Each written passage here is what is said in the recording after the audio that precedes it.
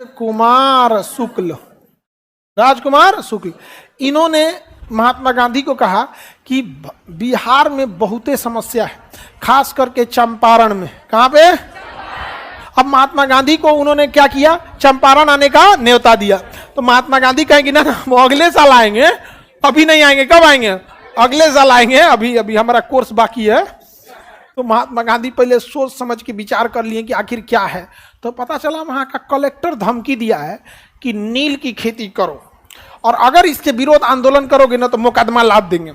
अब नील की खेती जबरदस्ती बोई जाती थी 20 कट्ठा जमीन पर 3 कट्ठा पे, यानी 20 कट्ठा जमीन पे 3 कट्ठा पे क्या बोला था, इसलिए इसे 3 कठिया प्रणाली कहा गया। क्या कहा गया? 3 कठिया।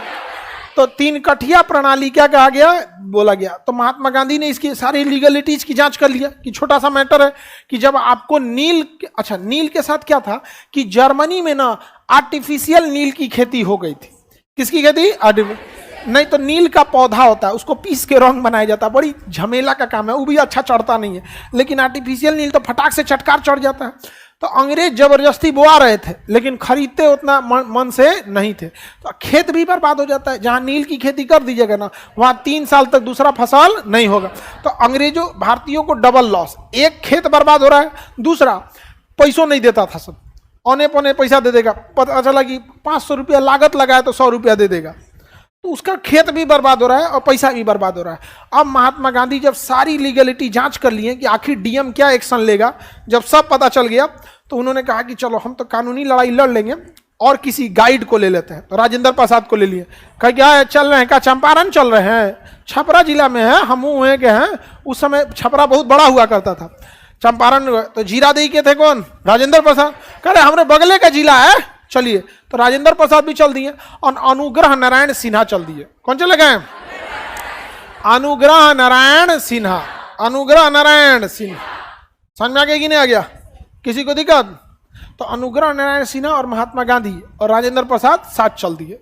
अब महात्मा गांधी ने कहा अनुग्रह नारायण सिन्हा को, एक काम कीजिए, आप जाइए गांव वालों को कहिए कि आंदोलन के लिए बुलाया जाए। गांव वाला डरे, अहिबे नहीं किया।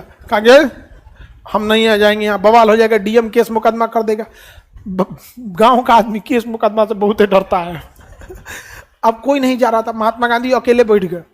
10-15 आदमी आया, गोड़ दबा के महात्मा गांधी के बगल में बैठा था, हवाई चप्पल उतार के कि अगर पुलिस आएगी ना तो चप्पल हाथ में लेंगे और भाग जाएंगे यहाँ पर।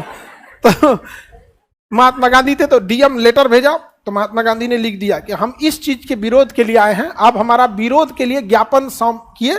इंग्लैंड के कानून में इस जगह पर इस धारा में लिखा है कि हम शांतिपूर्ण ढंग से विरोध प्रदर्शन कर सकते हैं और आप हमें सुरक्षा दीजिएगा। डीएम हड़क गया कि रे भाई ये आदमी कहां से आया? यहां से निचवा लिख दिया बैरिस्टर फ्रॉम इंग्लैंड। डीएम का हालत खराब हो गया। 2 दिन तक हो गया, एक को पुलिस नहीं आई, बल्कि पुलिस बाहर से सुरक्षा में थी। गांधी जी हल्ला करा दिया, मारने नहीं आया, सुरक्षा में आया। अब बिहार का आदमी रुकने वाला है? सुरक्षा करिए हो। चंपारण सत्याग्रह पहुंच गया, गांव का आदमी पूरा यहाँ पे। अब भीड़ लगा दिया महात्मा गांधी के पीछे। अंग्रेजों के सामने इतनी भयानक भीड़ लग गई। अब महात्मा गांधी ने कहा कि तुम लाठीचार्ज कैसे कर सकते हो। महात्मा गांधी सबसे आगे चले गए और इंग्लैंड उन लोगों को पता चल गया, पुलिस वालों को, भैया बैरिस्टर है। पुलिस वालों से पूछिएगा, वकील से नहीं भिड़ते हैं। पुलिस वालों वकील से नहीं भिड़ते। रीजन क्या है? पुलिस को ड्यूटी कभी यहां लगेगी कभी वहां लगेगी, और वकील को वहीं रहना है। और जज पहले वकील का ही सुनता है। ऐसा ना लथेड़ेगा ले आके ना कोर्ट कचहरी में, बेटा बहुत बेइज्जती हो जाएगा। देखिए पुलिस ही हो गए या डीएम एसपी, जज के आगे कुछ बोल पाते हैं? बिना मतलब का बात सुनवाएगा वहां। अब पुलिस डरे, कुछ नहीं कह रही थी। अब क्या करें यहाँ पर? अब पुलिस का एकदम हालत खराब। अब पूरे लोगों से महात्मा गांधी ने कहा कि यहाँ डट के रहना है तब तक जब तक ये कानून डीएम वापस न ले ले। धीरे से कहे डीएम।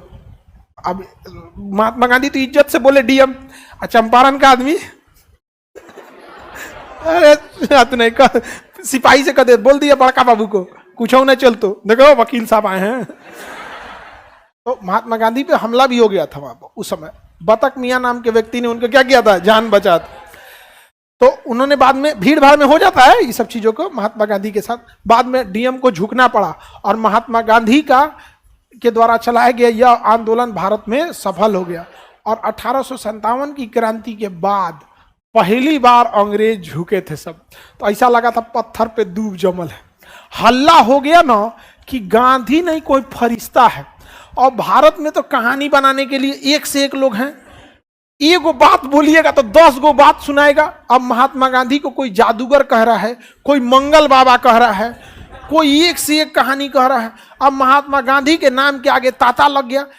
ये आपका रविन्द्रनाथ टैगोर ने गांधी जी को महात्मा की उपाधि दे दिया, कहा कि आदमी नहीं है महात्मा है। समझ में आ गया कि नहीं आ गया? जादूगर कहा गया इन्हें, मंगल बाबा कहा गया इन्हें। आइंस्टीन ने कहा कि आने वाले कुछ सालों में शायद ही कोई विश्वास करे कि ऐसे हाड़ मांस के शरीर वाला व्यक्ति भी इस धरती पर आया था और इतना बेहतरीन काम करके चला गया। आइंस्टीन कई बार खत लिखा महात्मा गांधी से मिलने के लिए। महात्मा गांधी का हमरा ई बराबर MC स्क्वायर से कुछ नहीं करना है मतलब ऐसा नहीं कहते। उन्होंने कहा कि अभी हम आंदोलन में